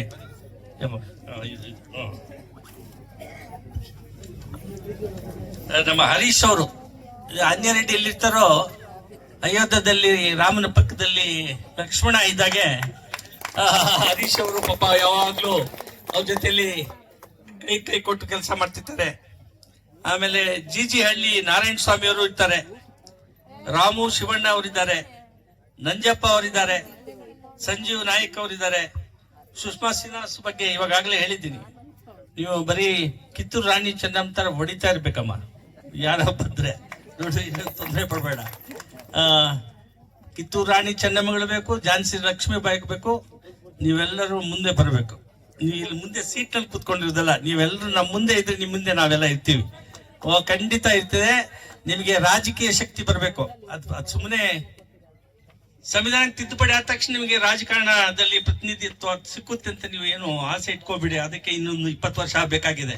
ಈ ರೀತಿ ಯಾಮಾರಿಸಿ ಆಡಳಿತ ಮಾಡ್ಕೊಂಡು ಅಧಿಕಾರ ಮಾಡ್ಕೊಂಡು ಬರ್ತಿದ್ದಾರೆ. ಹೋರಾಟ ಮಾಡ್ತಿದ್ರೆ ಖಂಡಿತವಾಗ್ಲೂ ಸಿಗ್ತದೆ. ನಿಮ್ಮೆಲ್ಲರಿಗೂ ವಂದಿಸಿ ನನ್ನ ಮಾತನ್ನ ಮುಗಿಸ್ತೀನಿ. ಮುಗಿಸಕ್ ಮೊದಲು ಕುಮಾರ್ ಅವರು ಗಾದೆಗಳು ಬಹಳ ಚಂದಾಗಿ ಬಹಳ ಇಡಿಸ್ತು. ನಿಮ್ ಗಾದೆ ಅನುಭವದ ಗಾದೆ ನನಗೆ ಬಹಳ ಸಂತಸ ತಂತದ್ದು. ಕುಮಾರ್ ಕನ್ನಡ ಸಂಘದ ನಾಯಕರು, ನೀನು 100 ಕುಮಾರ್ಗಳನ್ನ ತಯಾರು ಮಾಡ್ಬೇಕು. ನೀವು 100 ಕುಮಾರ್ಗಳನ್ನ ತಯಾರು ಮಾಡಿ ನಾಟಿ ಸೊಗಡು ಮಾತು ಬಹಳ ಚಂದ ಇದೆ. ನಾನು ಯಾವಾಗಲೂ ನಾಟಿ ಕೋಳಿ ತಿನ್ನೋದು, ಈ ಬಾದಾಮ್ ತಿನ್ನಲ್ಲ. ನಾಟಿ ಕೋಳಿ ಮನುಷ್ಯ ನಾನು. ನಮ್ಮ ತಾಯಿ ಕೇಳ್ತಿದ್ರು, ಊರಿಗೆ ಹೋದ್ರೆ ಏನಪ್ಪ ಏನ್ ಸಾರು ಮಾಡ್ಬೇಕು ನಿಂಗೆ ಅಂತ. ನಾನು ಹೇಳ್ತಿದ್ದೆ ಉರುಳಿ ಸಾರು ಮಾಡಮ್ಮ ಅಂತ. ಉರುಳಿ ಸಾರಿನಲ್ಲಿ ಬಹಳ ವಿಟಮಿನ್ ಇದೆ. ನೀವು ಕೃತಕವಾಗಿರ್ತಕ್ಕಂಥದ್ದು ಇಲ್ಲ. ಇನ್ನೊಂದು ಮಾತು ಹೇಳಿದೆ, ಆಧುನಿಕವಾಗಿ ಅವರು ಬರೀ ಸೀರಿಯಲ್ಲೇ ಇರ್ಬೇಕು, ಬರೀ ನೈಟಿ ಬೇಡ ಅಂತ. ಆಧುನಿಕವಾಗಿನೂ ಇರ್ಬೇಕು ನಮ್ಮ ಮಕ್ಕಳು, ಇದ್ರೆ ತಪ್ಪೇನಿಲ್ಲ. ಆದ್ರೆ ನಮ್ಮ ಸ್ವಂತಿಕೆಯನ್ನ ನಾವು ಬಿಡಿಸ್ಕೋಬಾರ್ದು. ನಮ್ಮ ಸ್ವಂತಿಕೆಯನ್ನ ಬಿಡಿಸ್ಕೋಬೇಕು. ನಮ್ಮ ಸಂಪ್ರದಾಯಗಳನ್ನ ಬಿಡಬಾರ್ದು. ಇದು ಬಹಳ ಮುಖ್ಯ. ನಮ್ಮ ಪ್ರಸಾದ್ ಅವರು ಬರೀ ಟಿವಿಯಲ್ಲಿ ಕೇಳ್ತಾ ಇರ್ತಾರೆ, ಅವರು ಹೋರಾಟಗಳು ಮಾಡ್ತಿರ್ತಾರೆ. ಪ್ರಸಾದ್ ಅವರು ಇನ್ನೂ ನೀನು ಸಹಸ್ರ ಜನರನ್ನ, ನಿಂದು ಅನುಭವ ಅಲ್ಲಿ RSS ಅವನ್ನ ಕೂಡ ನೀನು ಟೀಕೆ ಟಿಪ್ಪಣಿ ಮಾಡ್ತಿರ್ತೀಯ. ಆದ್ರೆ ನಮ್ಮ ದಲಿತ ಜನರ ತಪ್ಪು ದಾರಿಗಳನ್ನ ತಪ್ಪಿಸಿ ನಮ್ಮ ಎಲ್ಲ ಜನರ ಮಧ್ಯೆ ಕೆಲಸಗಳನ್ನ ಮಾಡಿ ನಾವೆಲ್ಲರೂ ಒಂದೇ ಹೋರಾಟ ಮಾಡ್ತೀವಿ, ನಮ್ಮ ಹಕ್ಕುಗಳನ್ನ ನಾವು ಸಂರಕ್ಷಣೆ ಮಾಡ್ತೀವಿ ಅಂತಕ್ಕಂಥ ನಿಮಗೆ ಅನ್ಯಾಯ ಆಗಿದೆ. ಸರ್ವೋಚ್ಚ ನ್ಯಾಯಾಲಯ ಇಂಟರ್ನಲ್ ರಿಸರ್ವೇಶನ್ ಕೊಡಬೇಕು ಅಂತ ಹೇಳಿದ್ರು ಕೂಡ ಕಮಿಷನ್ ಅಪಾಯಿಂಟ್ ಮಾಡಿದ್ರು ನಾಗಮೋಹನ್ ದಾಸ್ ಅವರು. ಏನಕ್ಕೆ ಕಮಿಷನ್ ಮಾಡಿದ್ರು ಅವ್ರನ್ನ? ಆ ರಿಪೋರ್ಟ್ ಯಾಕೆ ಒಪ್ಪಲಿಲ್ಲ? ಬ್ಯಾಲೆನ್ಸ್ ಮಾಡಿ ವೋಟ್ ಪಡೆಯೋದಕ್ಕೆ 5% 5 ಮತ್ತೆ ಇವರು ಯಾರು ಇನ್ನು ಕೊಡದೇ ಇರೋರಿಗೆ ಕೋರ್ಟ್ಗೆ ಹೋಗಿದ್ದಾರೆ. ಇದು ಯಾಕೆ ಬೇಕಾಗಿತ್ತು? ಹೋರಾಟ ನಿಲ್ಲಿಸಬಾರ್ದು, ನೀವು ಮುಂದುವರಿಸಬೇಕು. ನಿಮ್ಗೆ ಜಯ ಸಿಕ್ಲೇಬೇಕು. ಸಾವಿರಾರು ವರ್ಷಗಳು ನಿಮಗೆ ಶೋಷಣೆಗೆ ಒಳಪಟ್ಟಿದ್ದಾರೆ. ಅವರೆಲ್ಲರೂ ನಮ್ಮ ಅಣ್ಣ ತಮ್ಮಂದರು, ಅಕ್ಕ ತಂಗಿಯರು, ಅವ್ರು ನಮ್ಮ ಜೊತೆಲಿ ಇರಬೇಕು. ಎಲ್ಲರೂ ಸಮಾನರು ಅಂತ ಸಂವಿಧಾನ ಹೇಳುವಾಗ ಜಾತಿ ಆಧಾರದ ಮೇಲೆ, ವರ್ಗದ ಆಧಾರದ ಮೇಲೆ ಕಾರ್ಲ್ ಮಾರ್ಕ್ಸ್ ಅವರು ಇನ್ನೊಂದು ಮುಂದೆ ಒಂದು ಹೆಜ್ಜೆ ಹೋಗಿ ಹೇಳಿದ್ದಾರೆ, ವರ್ಗರಹಿತ ಸಮಾಜ. ಎಲ್ಲರೂ ಸಮಾನರಾಗಿರ್ಬೇಕಾದ್ರೆ ಆರ್ಥಿಕ ಸ್ವಾವಲಂಬನೆ, ಎಲ್ಲರಿಗೂ ಉದ್ಯೋಗ, ಎಲ್ಲರಿಗೂ ಭೂಮಿ, ಎಲ್ಲರಿಗೂ ಕೃಷಿಕ ಬೆಳೀತಕ್ಕಂಥದ್ದು. ಅವನು ಬೆಳೀತಕ್ಕಂಥ ಬೆಳೆಗೆ, ರೈತನಿಗೆ ಒಳ್ಳೆಯ ಬೆಲೆ ಸಿಗ್ಬೇಕು ಅಂತಕ್ಕಂಥದ್ದು ಮಾರ್ಕ್ಸ್ ಮತ್ತೆ ಕುವೆಂಪುರ ಮಾತು ಬಹಳ ಮುಖ್ಯ. ಸಮಾಜದಲ್ಲಿ ಎಲ್ಲರೂ ಬದುಕಬೇಕು, ಬಾಳ್ಬೇಕು ಅಂತ. ನಮ್ಮ ಇವರು 12ನೇ ಶತಮಾನದಲ್ಲಿ ಬಸವಣ್ಣನವರು ಹೆಣ್ಣು ಮಕ್ಕಳ ಬಗ್ಗೆ ಸಮಾನತೆ ಹೇಳಿದರು. 21ನೇ ಶತಮಾನದಲ್ಲಿ ಇದ್ದೀವಿ, 900 ವರ್ಷಗಳಾದ್ರೂ ಕೂಡ ಅದು ಪಡೆಯೋದಕ್ಕೆ ಸಾಧ್ಯ ಆಗಿಲ್ಲ. ಬಹಳಷ್ಟು ಜನರು, ರಾಜಕೀಯ ತಜ್ಞರು, ಕ್ರಾಂತಿಕಾರಕ ಪುರುಷರು ಈ ದೇಶದ ಮೇಲೆ, ಈ ಭೂಮಿ ಮೇಲೆ ಹುಟ್ಟಿದ್ದಾರೆ. ಅವರೆಲ್ಲರೂ ಕೂಡ ಹೋರಾಟ ಮಾಡಿದ್ದಾರೆ. ಒಳ್ಳೆ ಹೋರಾಟ, ಎಲ್ಲರೂ ಸರಿಸಮಾನರಾಗಿ ಜೀವನ ಮಾಡಬೇಕು, ಸಮಾಜದ ವ್ಯವಸ್ಥೆ ಬದಲಾವಣೆ ಮಾಡಬೇಕು ಅಂತ. ಇದನ್ನೆಲ್ಲರೂ ನಾವೆಲ್ಲ ತಿಳ್ಕೊಂಡು, ನಮ್ಗೆ ಸಿಗ್ಲಿಲ್ಲ, ಅನ್ಯಾಯ ಆದ್ರೆ ಅದಕ್ಕೆ ಹೋರಾಟ ಮಾಡ್ಕೊಂಡು ಹೋಗೋಣ ಅಂತ ಹೇಳಿ ಮತ್ತೊಮ್ಮೆ ನಿಮ್ಮೆಲ್ಲರಿಗೆ ವಂದಿಸಿ, ನಾನು ನಿಮ್ಮ ಜೊತೆಯಲ್ಲಿ ಎಂದೆಂದಿಗೂ ಇರ್ತೀನಿ, ಎಲ್ಲಿ ಬೇಕಾದ್ರೂ ನಾನು ಇರ್ತೀನಿ ಅಂತಕ್ಕಂಥ ಮಾತನ್ನು ಹೇಳಿ ನನ್ನ ಮಾತನ್ನು ಮುಗಿಸ್ತೀನಿ.